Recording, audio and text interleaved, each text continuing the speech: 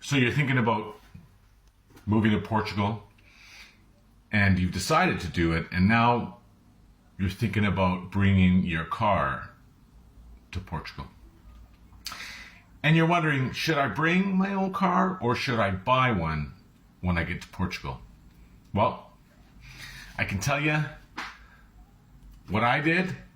I brought my car, motorcycle, and pretty much everything we owned in a container.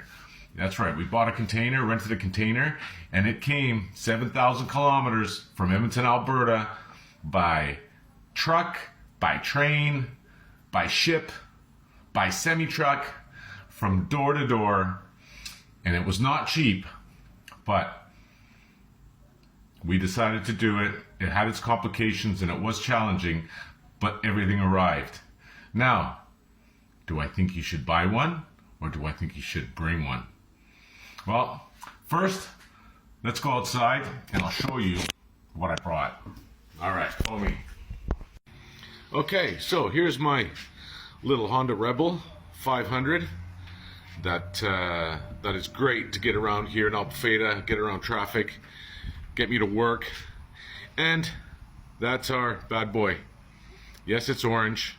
And yes, it's easily recognizable, which is great for business if we're promoting, but everyone knows who you are, especially in a small town like this. But anyway, we brought both of these on a container from Canada.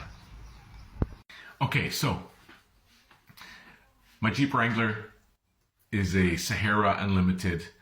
It's a V6 3.8 liter engine, gasoline. So it's a guzzler because gasoline is more expensive here in Portugal and most people drive diesels. But I paid 2015, this is 10 years ago, we paid around 39,000 Canadian dollars. 39,000 Canadian, which is about 22 to 25,000 euros.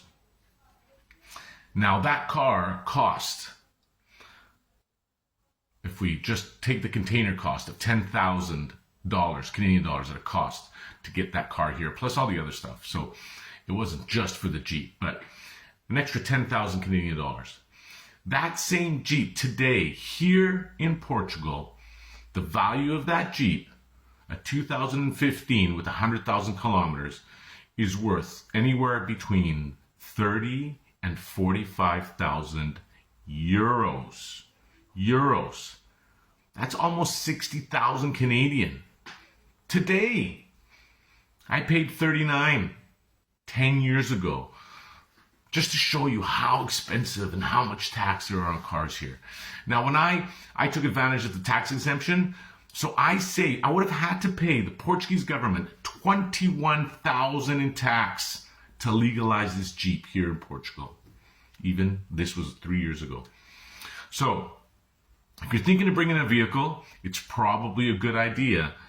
However, there are a lot of things you need to know because I did have a lot of headaches.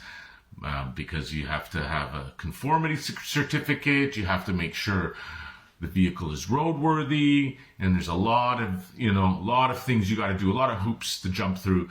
And while you're waiting, you get stopped all the time because you have foreign plates, and that happened to me all the time.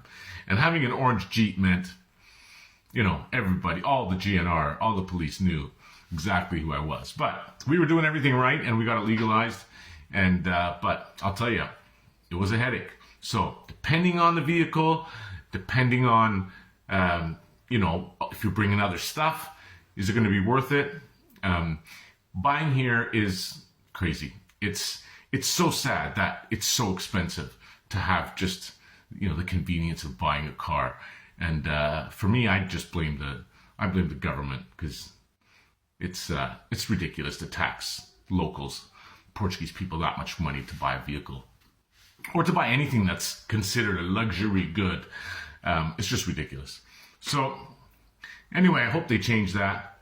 And there are some changes happening here in the government, but that's going to be another post. But if you're thinking of bringing your car, do your homework, find a good broker, make sure you understand what you're getting yourself into. Make sure you do everything right. You need to talk to the embassy and get the proper paperwork done. And yeah.